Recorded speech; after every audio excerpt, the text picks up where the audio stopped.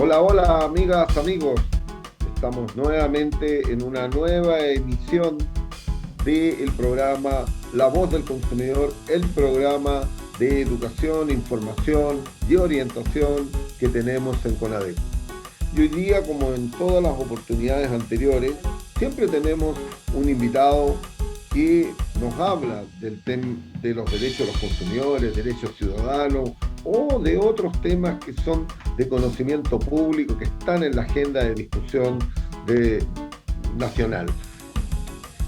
Así como las semanas anteriores hemos tenido juristas, hemos tenido dirigentes, hoy día nuevamente hemos también invitado a un dirigente que fue candidato constituyente, ¿eh? Fue candidato constituyente y te llevaba la bandera de la defensa de los consumidores. Y hoy día tenemos a Richard Camaño, que es el presidente de la Asociación de Consumidores de Temuco, ADC, ¿eh? Eh, de los consumidores del sur, y que también lleva muchos años en esta causa de la protección de los consumidores. Y hoy día como invitado lo tenemos en esta voz del consumidor de hoy día martes, como siempre lo estamos haciendo. Y también no olvidarse que hoy día estamos transmitiendo como todas las semanas, conectados directamente con Diario La Batalla de Maipú, está Radio Pajaritos FM, Radio El Consumidor de Pucón, con Adecus y redes sociales. Y estamos transmitiendo en vivo y en directo. Y por eso hoy día ahora invitamos a Richard. Richard, bienvenido a La Voz del Consumidor. Hola, Nan, muchas gracias por la invitación. Aquí encantado de poder conversar un ratito acerca de los grandes temas de los consumidores que están hoy día siendo noticias muchas veces por el impacto que causan y la cantidad de usuarios o consumidores que se ven afectados también por esta gama de problemas que pueden surgir de repente. Bueno, la otra vez te tuvimos ahí en un panel, estuvimos conversando. Hoy día esta es una conversación con un dirigente que ya lleva más de 15 años también trabajando en organizaciones de consumidores y que hoy día estamos ante varias, digamos, disyuntivas que tiene el país. Primero, ya están electos los constituyentes, están trabajando para poder hacer esta nueva constitución. Estamos justamente hoy día ya definidos quiénes son los candidatos presidenciales, ¿no? Estamos a puertas también de una elección parlamentaria, senadores, diputados, consejeros regionales.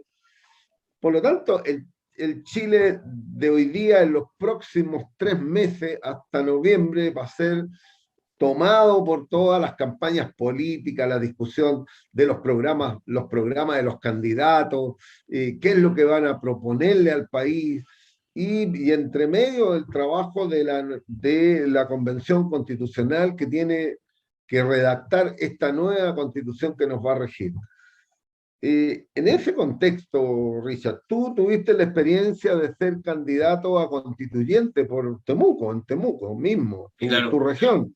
eh, ¿Cuál es tu experiencia de lo que sacaste de ahí, de esa candidatura? Porque si bien no quedaste, pero sí, yo creo que siempre los que postulan a cargos de representación pública, representación popular, siempre queda una experiencia, qué fue lo que hice, qué es lo que hice bien, qué es lo que hice mal, cuál es la recepción de la gente, todo eso.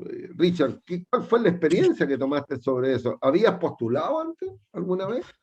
no, este era mi primera postulación a un cargo eh, más público, digamos, y al tiro a una postulación de envergadura, porque finalmente el constituyente eh, tiene una relación bastante especial, digamos, en este periodo de trabajo que va a tener y el rol que va a cumplir es tanto más relevante que los mismos parlamentarios, y eso le da un matiz distinto. Y en ese sentido, claro, la experiencia fue bastante enriquecedora. Una de las cosas que ahí uno ve, por ejemplo, y yo creo que tiene que ver un poco también con el contexto, fue que la decepción, digamos, justamente de la clase política que tenía la gente y que te conversaba de alguna forma y que cuando nosotros salíamos a terreno, por ejemplo, el hecho de que sentían a los cargos políticos demasiado lejanos, muy distantes de la realidad, muy distantes de la conversación con la gente, muy distantes de la calle. Cuando nosotros salíamos a conversar con ellos, la verdad es que se sorprendían porque, sobre todo en las comunas más pequeñas, ni siquiera los constituyentes llegaban o los concejales se iban a conversar con la gente porque se veían cargos políticos muy distantes. Y en ese sentido, claro, nos quedaba la sensación de que había mucho todavía por hacer. Eh, y aún así, a pesar de que salimos a la calle y tratamos de conectarlo lo más posible con la gente, fue insuficiente, porque al final ustedes saben que en el caso de los independientes, esta candidatura fue bastante eh, particular en el sentido de que tuvimos bastante más barreras y más exigencias que con ningún otro constituyente que venía justamente apoyado desde algún partido o de algún conglomerado o de alguna alianza. Y eso nos puso un poco cuesta arriba toda la candidatura, sobre todo en términos presupuestarios. Y eso yo creo que nos jugó bastante en contra. Y aquí lo que mandó básicamente fue lo que la gente realmente quería y que tratara que en la convención, digamos, llegara justamente la gente independiente, muchas veces que ni siquiera tenía alguna relación o vínculos políticos, sino que gente que conociera la realidad de las comunas, de las regiones, de la zona donde estaba postulando, y que no sea un desconocido y de alguna forma se sintiera el trabajo que se debería hacer dentro de la convención. Entonces, pero aún así, bueno, los resultados que tuvimos nosotros como lista fue bastante buena. Igual sacamos una constituyente, ella es Lorena Céspedes, que hoy día ha cumplido un rol bastante importante dentro de la convención. Está asumiendo un rol bastante protagónico también dentro de la convención. Y eso nos tiene lleno de satisfacción, estamos contentos porque finalmente igual estamos trabajando con ella, estamos ahí vinculados, estamos todos los días sabiendo el trabajo que están haciendo, asesorando un poco también el trabajo de ella, porque obviamente es imposible pedirle que sepa de todo a ningún constituyente y por eso mismo también tienen los equipos asesores o el trabajo de asesoría que tienen detrás de ellos, y donde nosotros también como equipo cumplimos un rol importante también apoyando todo su trabajo. Oye, Richard, ¿y cuál era tu objetivo principal, digamos, cuál era tu bandera principal para para poder estar dentro de esa convención constitucional? ¿Cuál era las ideas principales que tú tenías para poder llegar ahí, poder influir y escribirlas en esa nueva constitución? Porque en tu calidad de dirigente, lógicamente, tú tienes objetivos importantes que quisieras tú que quedaran en esa constitución. Sí, de todas maneras, mi principal bandera de lucha y era como el tema fuerza que tenía era justamente el instalar el derecho de los consumidores como un derecho constitucional, cosa que no está hoy día. La Constitución no lo contempla de una forma que no tiene casi ni siquiera relación con el tema de los consumidores, lo deja muy afuera.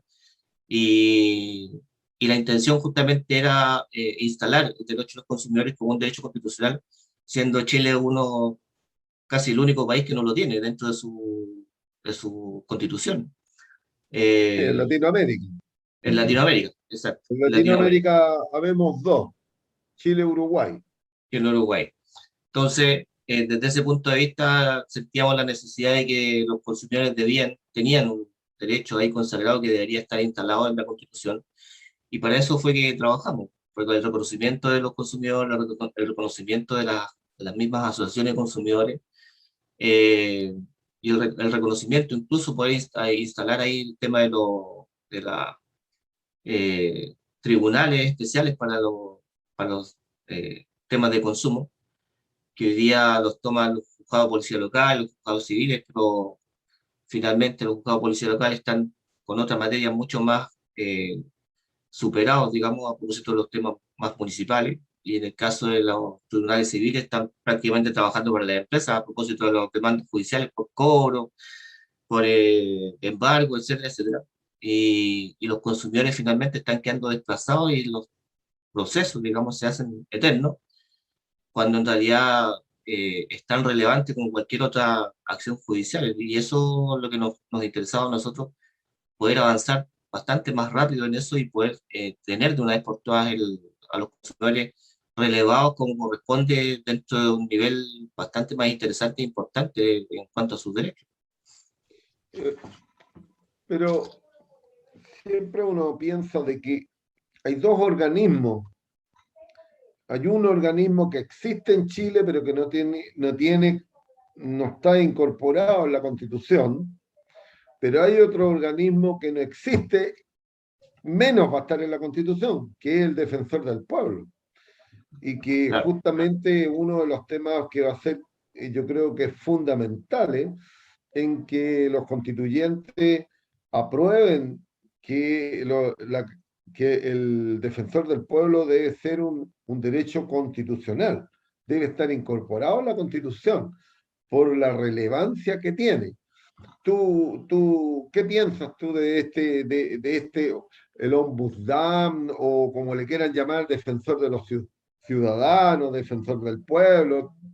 Distintos nombres que tiene, pero que en el fondo cumple un objetivo que no es menor, que es el organismo que defiende a los ciudadanos de los actos del Estado, de los organismos del Estado, de los servicios públicos, y que cuando tú tienes derechos y el Estado o los funcionarios o el Estado mismo, los organismos te los niegan, el defensor del pueblo es el que tiene que hacer presente y el que debe enfrentar al propio Estado. Bueno, yo creo, Richard, que no sé si a ti te parece, esto debe estar en la nueva Constitución. O sea, yo creo que todo órgano u organismo que de alguna manera defienda y cumpla un rol que sea realmente gravitante para los ciudadanos en Chile debe estar considerado de todas maneras. No podría no ser. Yo creo que en ese sentido debería estar consagrado, como dice tú en la Constitución, como una instancia válida de defensa de los ciudadanos.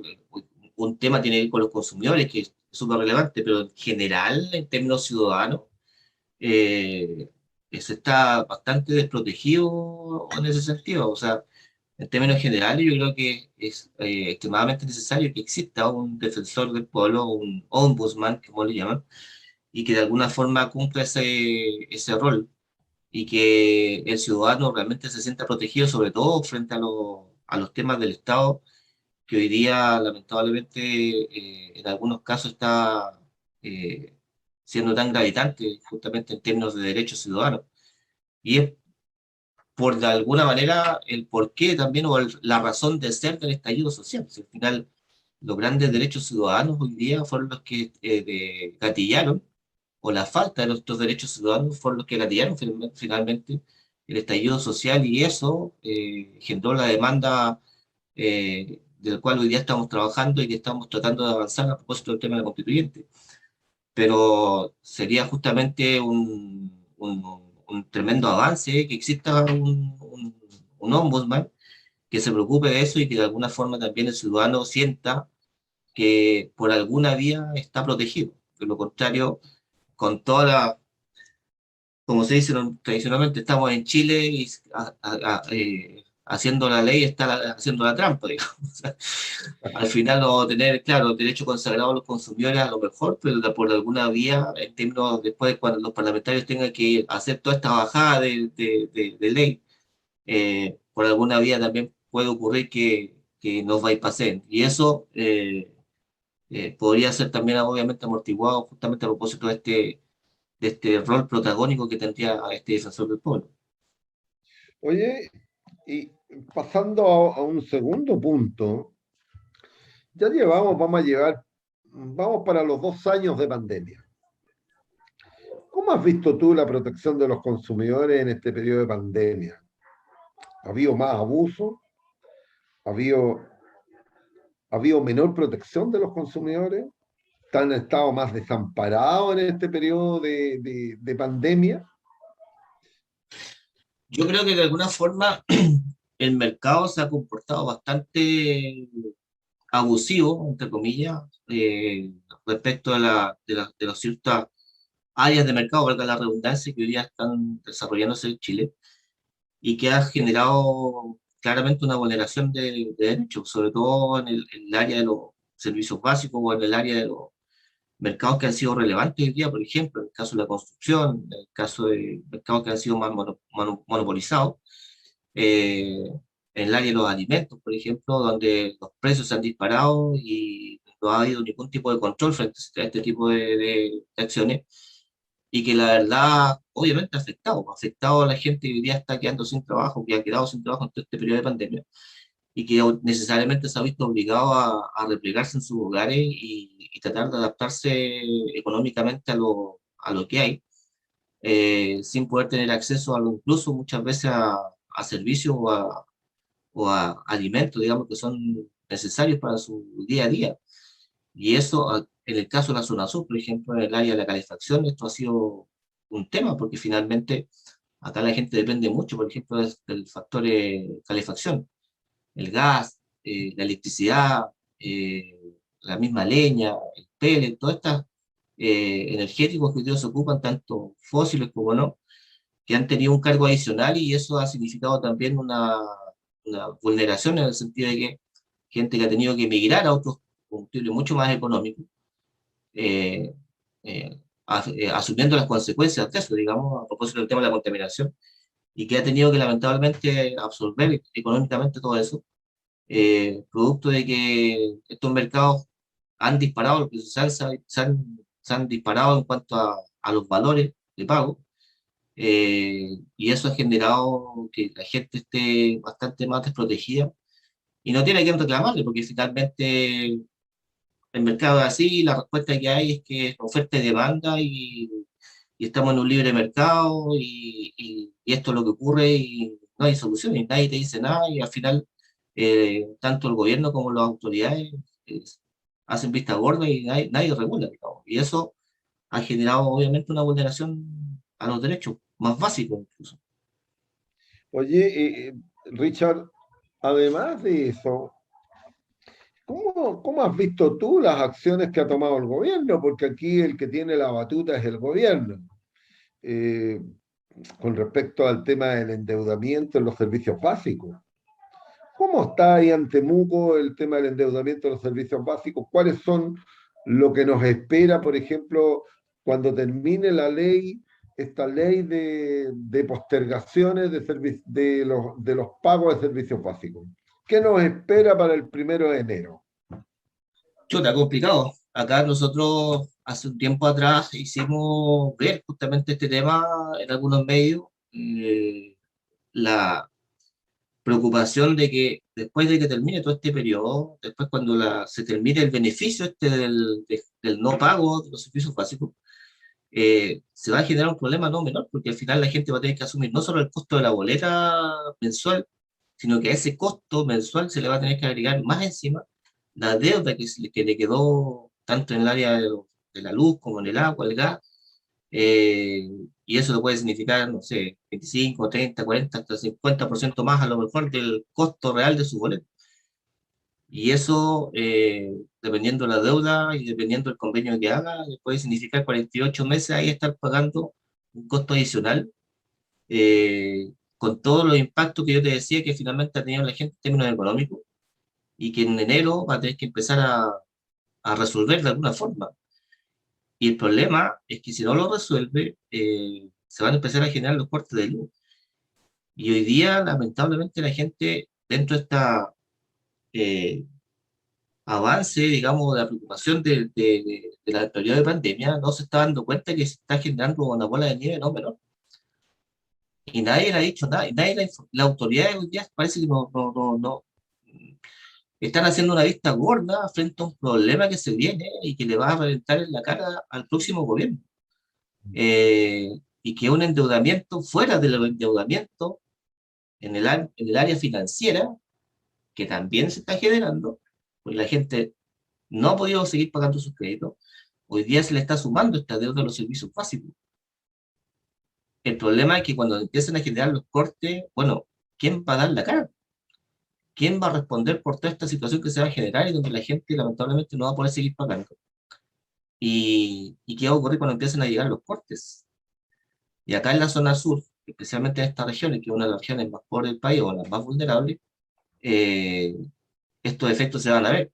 Y se van a ver, yo creo, en los primeros meses al tiro. Bueno, justamente nosotros estamos hoy día con la Asociación de Municipalidades Libres, ¿no? Estamos en una campaña de un Chile sin corte.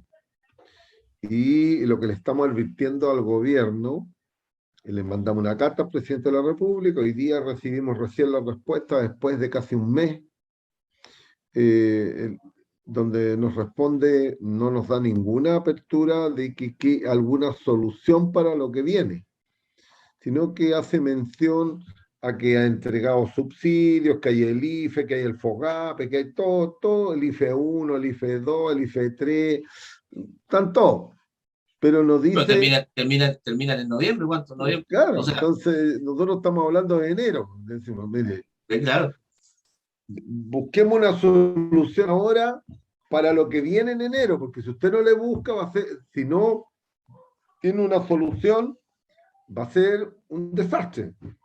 Son 800.000 personas, entre pymes, MIPYMES y personas, que están con deudas morosas, algunas de más de 15 meses.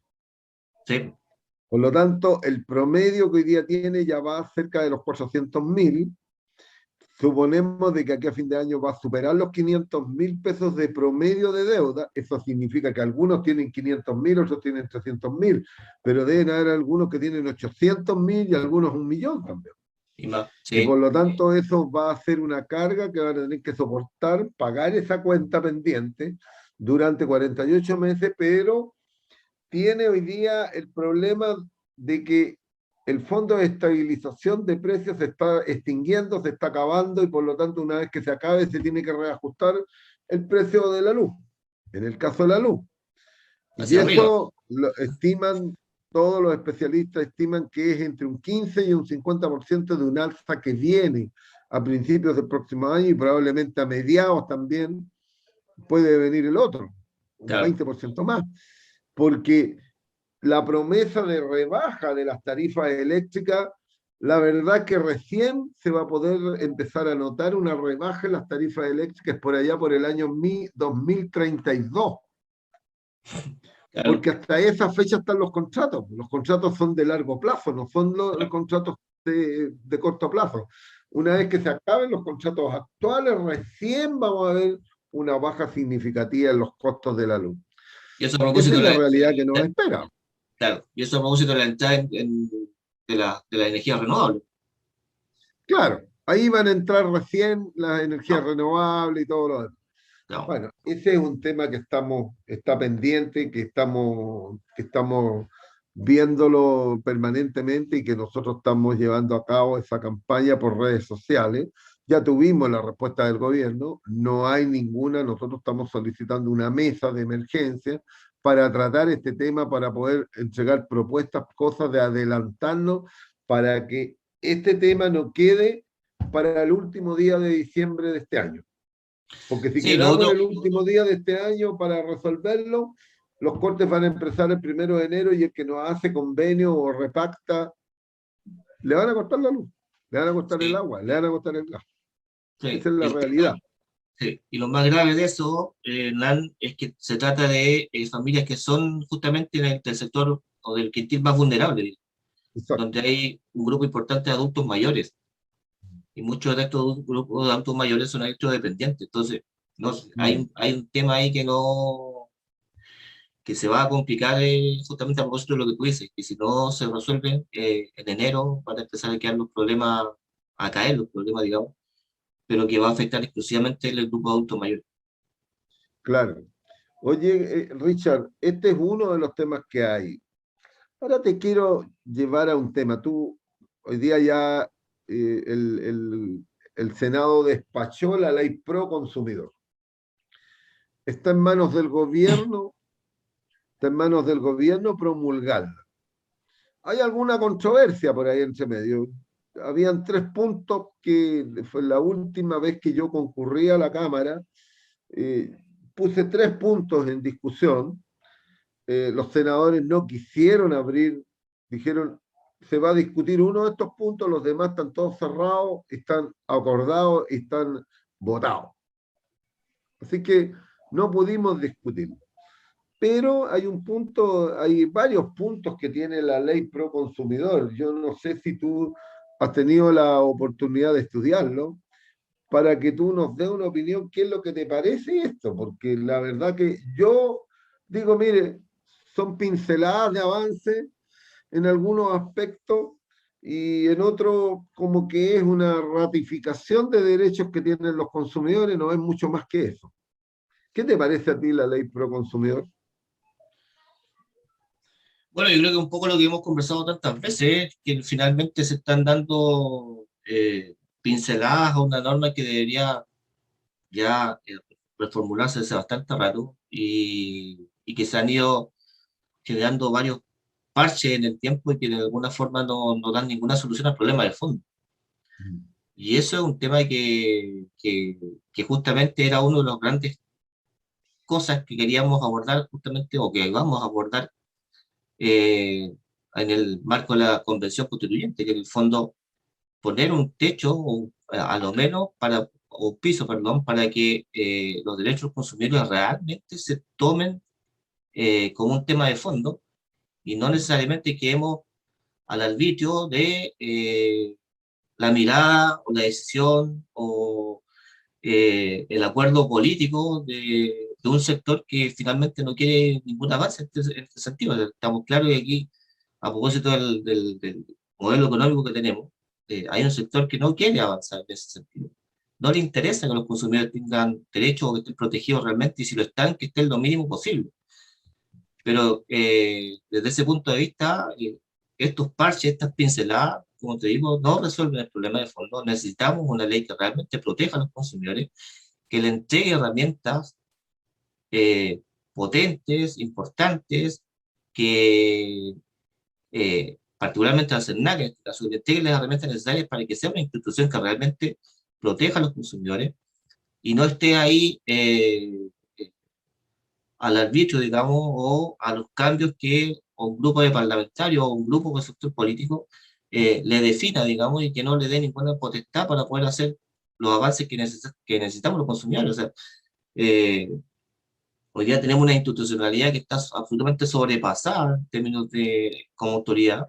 Tenemos una norma que hoy día, más allá de todos estos parches que se han ido colocando, no nos está protegiendo.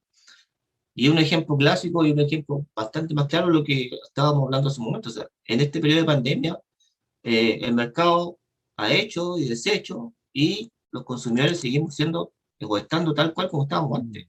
No tenemos ningún avance en términos de defensa.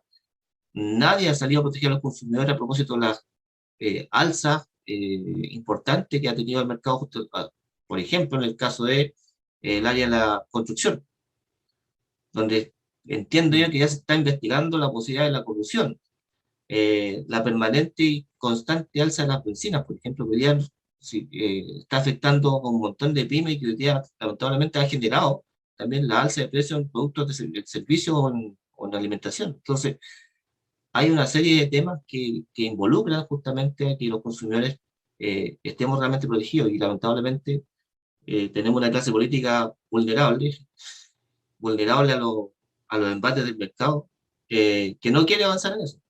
Y la verdad es que no sé si la ley como está quedando hoy día, esta nueva ley pro consumidor o estas modificaciones que se están haciendo, van a marcar alguna diferencia para adelante. Richard, sí, efectivamente, la, esta ley del consumidor que tenemos ya no aguanta más parches, está llena de parches. Es una cosa que todos los días tú parchas algo, pero no llegas al fondo, ¿no? Mira, yo lo he colocado como ejemplo algunos detalles. por detallar algunos, la ley pro consumidor obliga al sistema financiero que cuando le entregue una tarjeta o un crédito a un estudiante universitario, tiene que, tiene que revisar y estudiar y verificar que tiene ingresos para pagar esa deuda. Pero yo estoy haciendo un diplomado de Derecho al Consumo Internacional, entonces cuando yo miro las leyes comparativas, cada día quedo más frustrado de lo que tenemos nosotros. Quedo más frustrado porque en Italia o en Argentina, por poner ejemplo, cuando una entidad financiera da crédito, es responsable si sobreendeuda al consumidor. ¿Por qué? Porque ella tiene la obligación de estudiar las condiciones económicas de la persona que está solicitando el crédito y si tiene la capacidad de pago. Hoy día en Chile, nadie estudia si la persona tiene la capacidad de pago suficiente o no. No. ¿Y qué es lo que hay? Es un incentivo a sobreendeudarte. Porque como no tienes ninguna responsabilidad, ningún castigo, lógicamente que prefiero sobreendeudarlo. De alguna manera yo le voy a cobrar. Por último, le hipoteco la casa. Claro. Porque te toma el principal bien que tiene, el principal patrimonio que tiene la familia, la casa. Claro. Y ante el temor, esa persona, si no tiene a dónde recurrir, se endeuda más todavía para poder salir y no perder la casa. Total que es una cadena que no termina nunca. Porque no hay mecanismo. O sea, No hay mecanismo. Si Entonces, si tú te sobreendeudas, por ejemplo, te dicen ya, tira esa quiebra. pero tú conoces, yo conozco la ley de quiebra, he estado discutiendo, ya perdí la cuenta las veces que he ido a hablar sobre la ley de quiebra, Que no porque sirve. teníamos una ley de quiebra que no favorecía efectivamente a las personas.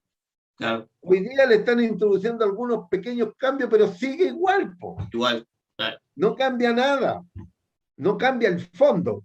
Es Sí. el fondo el que tenéis que cambiar. Es el Entonces, por problema. ejemplo, cuando en Italia una persona sufre un sobreendeudamiento y el que entregó el crédito, la entidad financiera, no hizo un estudio acabado de que esa persona con ese crédito lo que estaba haciendo era sobreendeudarlo, la persona, el consumidor o la persona puede recurrir a los tribunales y obligar a una renegociación obligatoria, en el cual el juez ajusta el crédito a las condiciones de pago del consumidor para que pueda responder, pero además le puede condonar intereses, le puede rebajar los intereses y le puede rebajar las condiciones.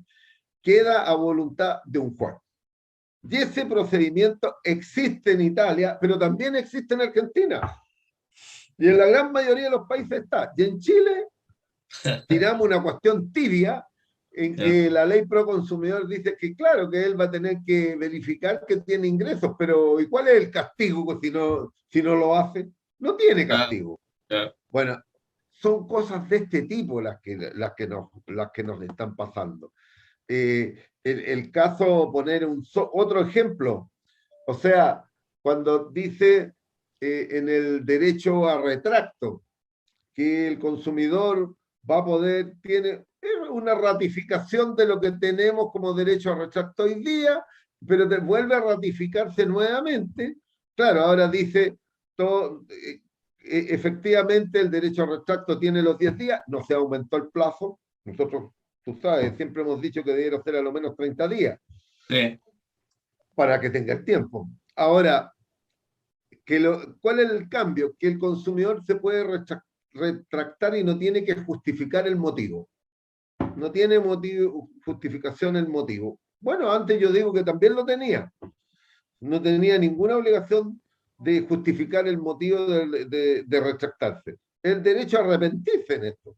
Claro. Pero también vuelve a ratificar de que si el proveedor no adhiere al derecho a retracto, lo puede comunicar dentro de sus contratos o de sus páginas para que la persona, los consumidores sepan que ese proveedor no se adhiere al derecho al retracto y por lo tanto, si yo quiero y le compro un producto y después me quiero retractar, no se puede aplicar el retracto.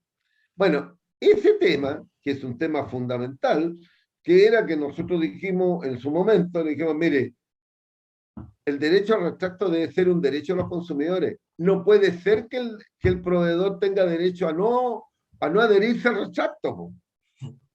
O sea, el Claro, derecho a arrepentirse. Entonces, claro, cosas de ese estilo. Por lo tanto, algunas pinceladas, algunas cositas que podrían ser un avance, pero en general la ley pro consumidor vino a avanzar medio paso más adelante en algunas cosas, u otras cosas simplemente ratificarla. Por eso yo te digo de que la ley pro consumidor, si bien hay un tema ahí que no es menor, ¿eh, Richard? Eh, en cuanto a que los proveedores van a tener que informar cuántos son el tiempo de durabilidad de los productos. El tema de la obsolescencia programada para sí, que claro, puedan informar de la durabilidad de sus productos. Está bien. El aumento del plazo de 3 a 6 meses de la garantía legal, está bien, está bien. Pero arma una confusión, ¿no?, con el tema de las garantías, porque dice de que en todo evento las garantías extendidas no tienen que, van a empezar no pueden superponerse a la garantía legal. Está bien, si tú tienes una garantía legal hoy día 6 meses, a partir de ahí se podrán hacer, pero no se reguló el otro tema de que es lo normal. El producto los productores, los fabricantes de bienes durables, otorgan garantías que van entre los 3 y los 5 años. Y es una garantía que no tiene costo para el consumidor, sino que es por el solo hecho de comprar el producto. claro. Entonces, ¿por qué la tienda te va a vender una garantía extendida? Si tú tienes la garantía del productor, ¿y qué es lo que hace la tienda? Te cobra un dinero, una garantía extendida, y después cuando si por ese motivo te falla el producto, ocupa la garantía del fabricante, pero si esa tú te la habías ganado, no tenías para qué pagar otra. Po. Entonces, creo que Eso, hay temas que esto tenemos que resolverlo de una manera importante, Richard. Mira, eso, te voy a dar el aviso para que la gente sepa, estamos aquí en el programa La Voz del Consumidor, el programa de Conadecus de educación, orientación e información que entregamos semanalmente los días martes. Pero además estamos transmitiendo siempre, como siempre, todas las semanas, en directo por las redes sociales de Diario La Batalla, Radio Pajarito FM, Radio El Consumidor de Pucón, Conadecus y redes sociales. Y por lo tanto, para que nos escuchen, nos sigan, amigos, todas las semanas en este programa de los consumidores. Richard, una pregunta adicional. ¿Cuál sería el rol del CERNAC que habría que hacerlo? ¿Tú crees que el CERNAC, yo te lo digo, mi opinión, ¿eh? Yo te adelanto. Yo creo que el CERNAC, igual que el maestro Chasquilla, hace de todo. sí, Y yo creo que habría que definirle sus roles, porque no puede estar en todo. sí, sí, no, de acuerdo. Tendrán que tener definido un rol eh, específico dentro del marco de la defensa de los derechos de los consumidores, eh, pero que sea un rol realmente protagónico y que sea un rol de defensa. O si finalmente hoy día el SENAC es una instancia que simplemente es un mero eh, intermediario entre el proveedor y los consumidores y que no tiene ninguna capacidad de resolución ni de acción frente a la defensa de los derechos de los consumidores. Y eso le quita totalmente el protagonismo dentro de este contexto. Entonces, si no se le entrega el protagonismo que debe tener, como lo era antiguamente, yo no sé si puede ser un símil o no, pero como lo era el antiguo Edimpo. ¿Por qué le tenían tanto miedo antes a esa A instancia? Didinco le tenían terror. ¿Le tenían terror? Entonces, a lo mejor no llegan al mismo modelo, pero algo que realmente tenga Pero un mira, rol. mira, tenemos una discusión larga. Por ahí vi en algunos programas presidenciales donde yo digo que están equivocados, ¿no? Donde responsabilizan al Tribunal Constitucional de que el Cernal no tenga dientes. ¿No? Y No, yo les digo, el Cernal no tiene dientes no por culpa del Tribunal Constitucional, fue por culpa de los legisladores que tenía el gobierno anterior, que eran claro. malos, pues, se equivocaron. No se equivocaron, cometieron errores que fueron que al final el Senado en vez de tuvo algunas atribuciones, pero perdió otras por culpa y responsabilidad de esos funcionarios. O sea, ese es el tema. Sí. Ahora, con lo que pretendía el CERNAC, yo creo que estaba equivocado.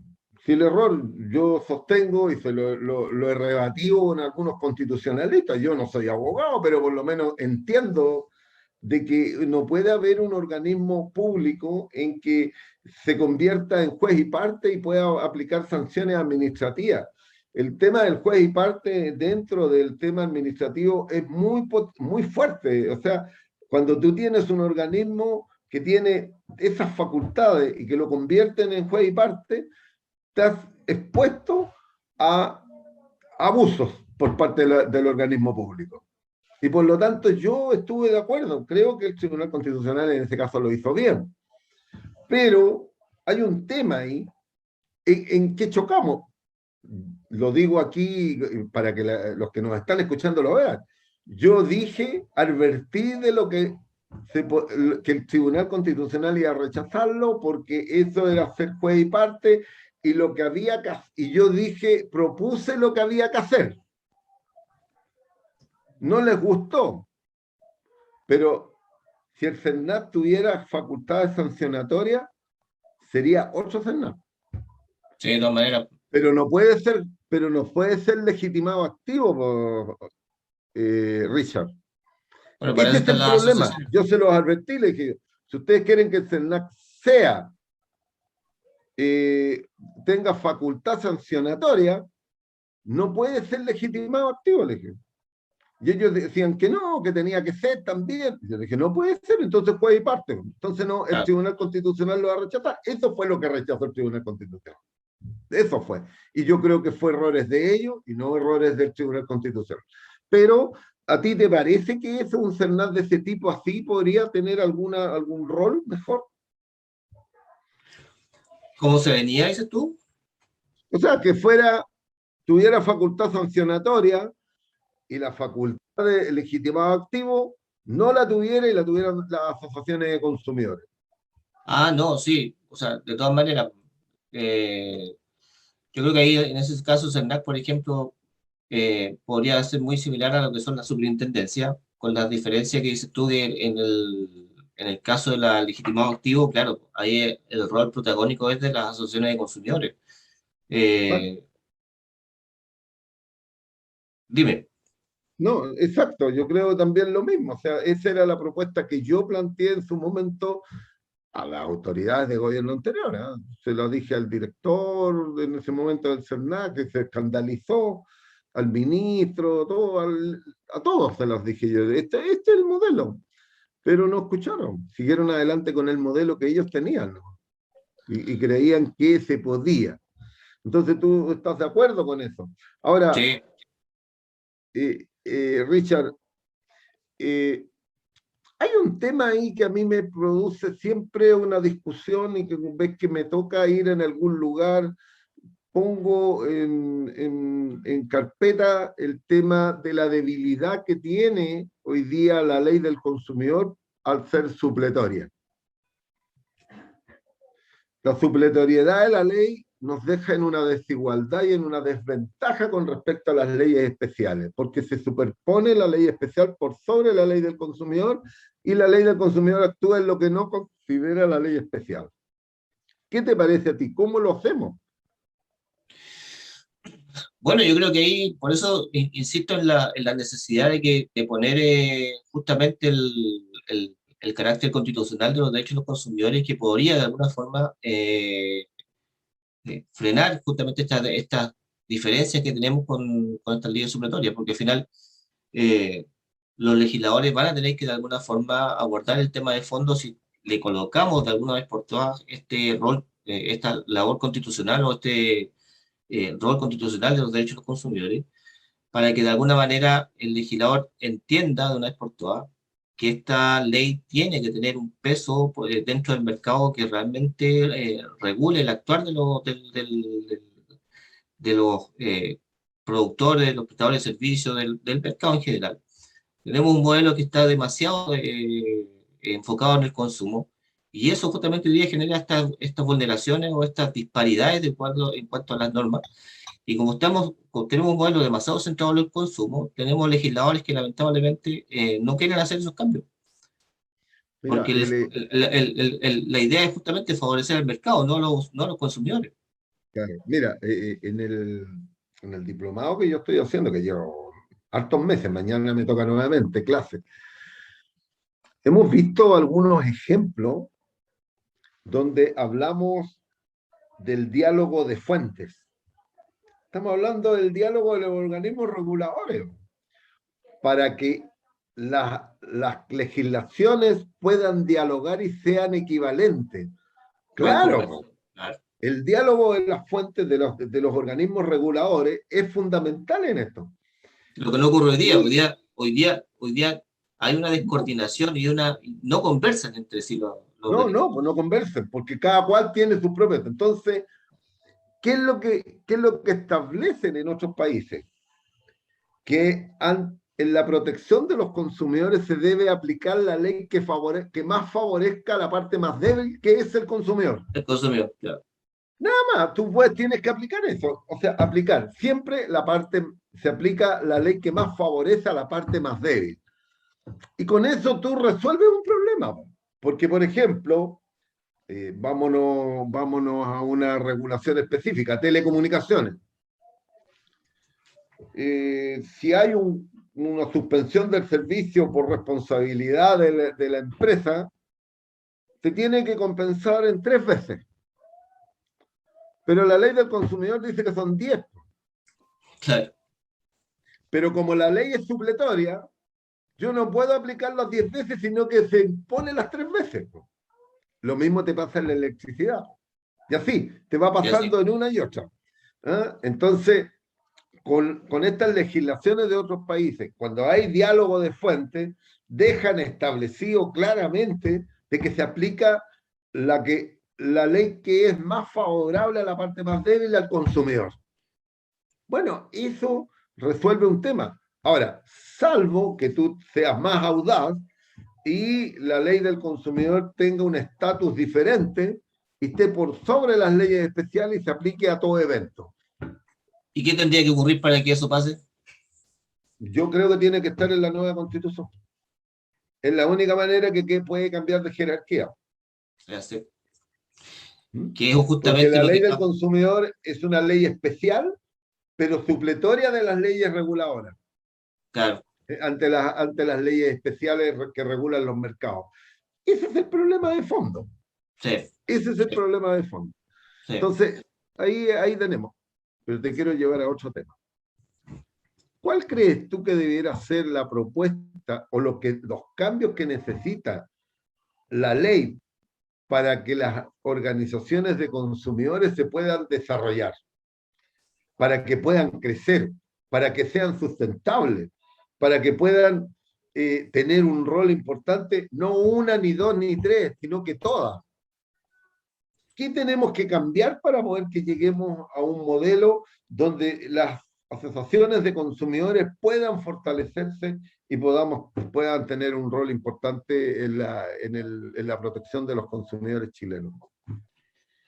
Pero yo creo que también ahí en ese sentido, no sé, y ahí no siendo dentro del área constitucionalista, pero yo creo que también de alguna manera debería reconocerse justamente el rol de las asociaciones de consumidores en la Constitución, lo que permitiría de alguna forma también instalar el tema a propósito de la necesidad de poder contar con organismos, organizaciones consumidores, validadas constitucionalmente, pero a la vez también con la posibilidad cierta de que exista este financiamiento basal que de alguna manera permita justamente a las asociaciones cumplir el rol bastante más protagónico y decisivo dentro del marco de protección a los derechos de los consumidores. O sea, así como estamos viendo, por ejemplo, el rol que debería cumplir el SERNAC y el modelo, digamos, del SERNAC que queremos, eh, la continuidad de las asociaciones de consumidores es clave justamente dentro de lo que sería el legitimado activo,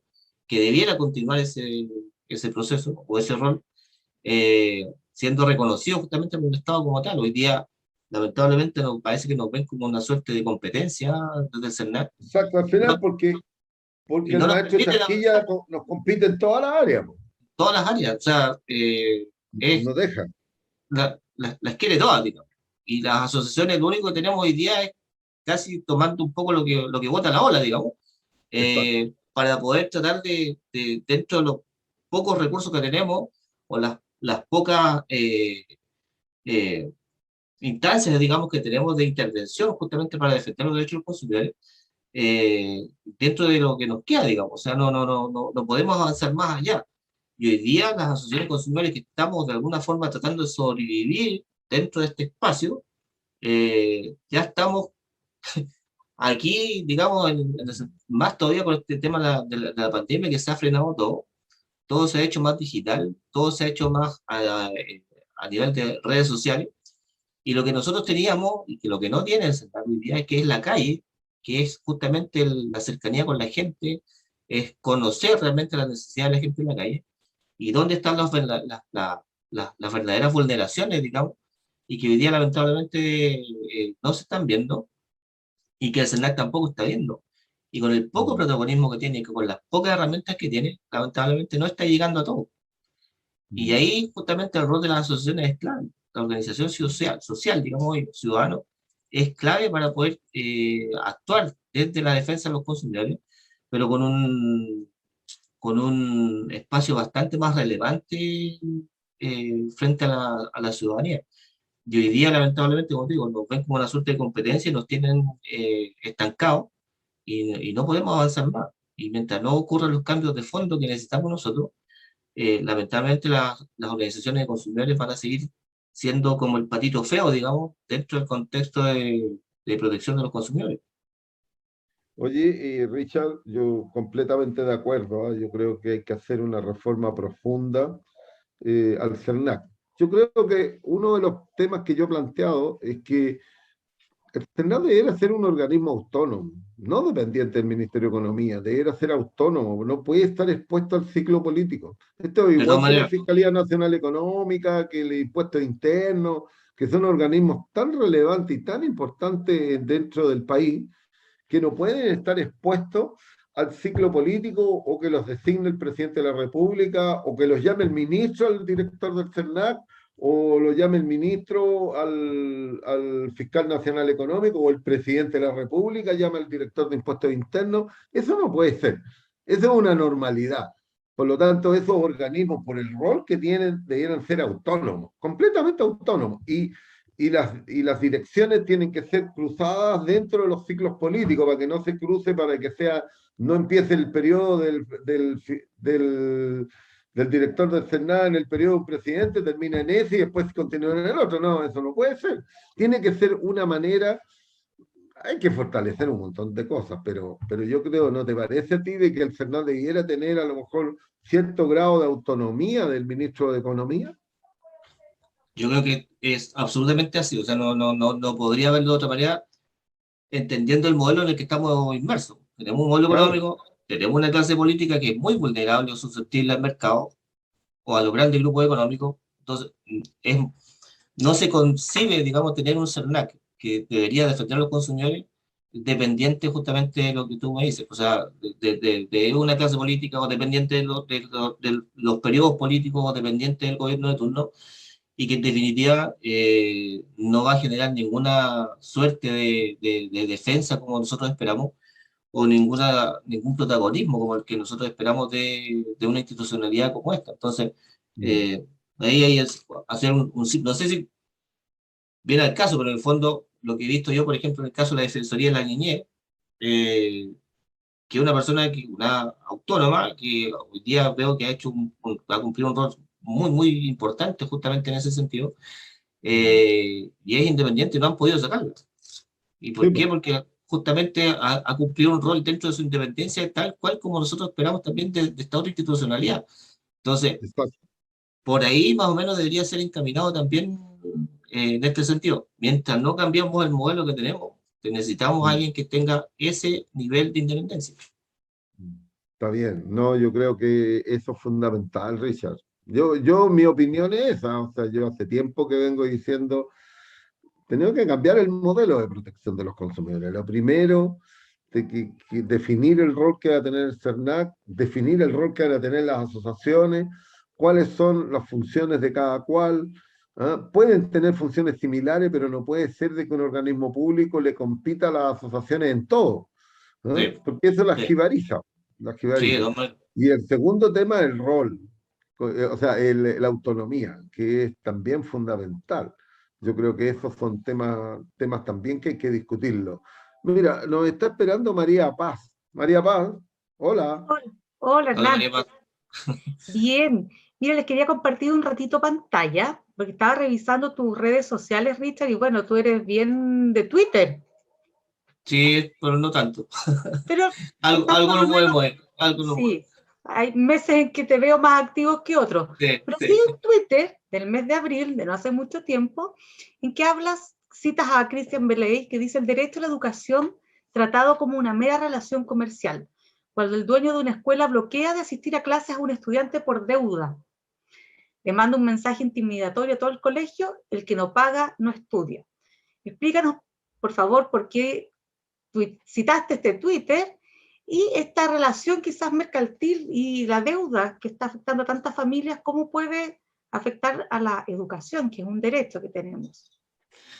Sí, lo que pasa, hubo un periodo bastante complejo justamente de la entrada en vigor cuando entramos en pandemia, no solo en el caso de los colegios, sino que también las universidades, que con todo este tema de las clases online, se perdieron muchas garantías que tenían los estudiantes en el caso de las clases presenciales.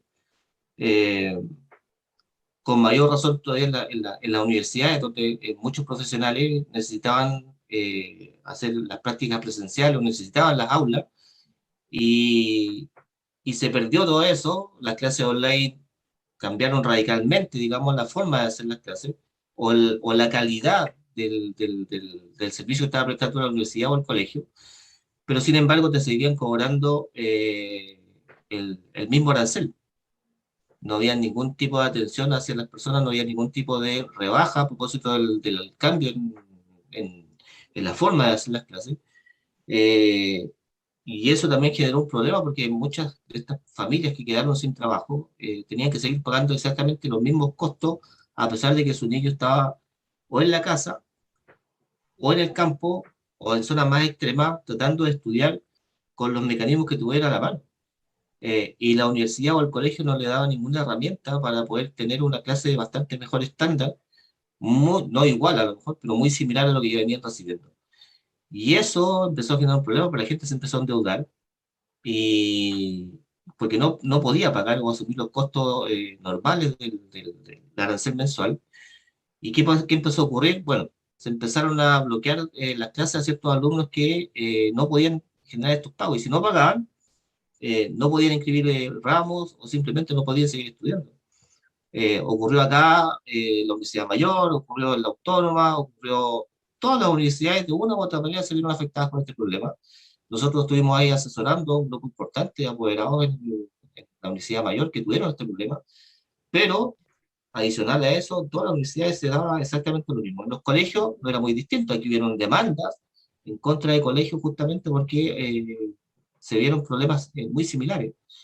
Y, y eso, obviamente, vulneró derechos que son básicos, como tú dices, un derecho que es un derecho humano, digamos, el acceso a la educación, Y eso era impresentable en colegios que son emblemáticos, en universidades que son emblemáticas aquí en la zona. Bueno, Un área que se vio muy afectada, sobre todo en pandemia, fue el tema de la educación. Gracias, Richard. bueno, estamos justo a un minuto del término, vamos a terminar justito este programa.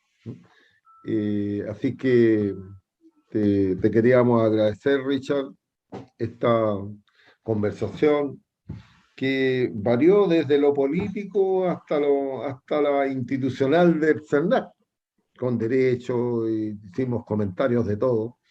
Ha sido una muy buena conversación contigo. Así que te agradecemos, igual a María Paz, que le agradecemos que esté aquí haciendo la pregunta, la última pregunta siempre.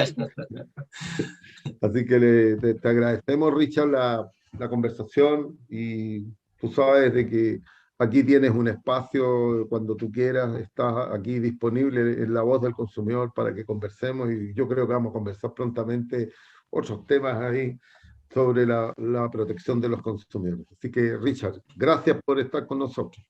No, gracias a ustedes por la invitación. Yo encantado de seguir conversando con ustedes, de tocar estos temas que son tan relevantes, sobre todo con ustedes que tienen la voz cantante muchas veces en grandes temas a nivel nacional, en temas de consumo.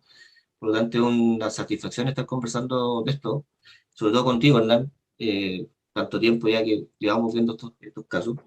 Y dentro de la preocupación, insistir en la nueva pandemia que viene, que tiene que ver con las deudas. El endeudamiento hoy día está cerca del 80% del endeudamiento familiar hoy día, y eso va a seguir creciendo, y yo creo que una vez que pase todo esto y empezamos no sé, a retomar una vida un poco más normal, a lo mejor, o se empieza a terminar todos estos periodos de ayuda, lo que va a significar justamente el impacto en los bolsillos de los consumidores no va a ser menor, y una lástima porque, como te decía antes, esto le va a reventar, es una olla de presión que le va a reventar en la cara al próximo gobierno, y ojalá tengan la sabiduría, digamos, o la madurez para poder enfrentarlo. Bueno, sí, efectivamente, lo que viene es una nueva pandemia, pero esa va a ser la pandemia económica, el sobreendeudamiento. Sí, Y eso claro. es efectivo. Así que gracias, Richard, gracias, María Paz. Bueno, amigos, hemos estado nuevamente a través de Diario La Batalla, Radio Pajarito FM, Radio El Consumidor de Pucón, Conadecu y redes sociales. Hemos estado en una nueva emisión de La Voz del Consumidor, el programa de Conadecu de información, orientación, conversación de temas relevantes del país, como lo hacemos todas las semanas. Así que, amigas, amigos, nos vemos el próximo martes con un nuevo invitado para el programa La Voz del Consumidor, el programa de Conadecu. Adiós, chao, chao. No, Marte. Un abrazo, que estén bien. Chao, cuídense. Chao.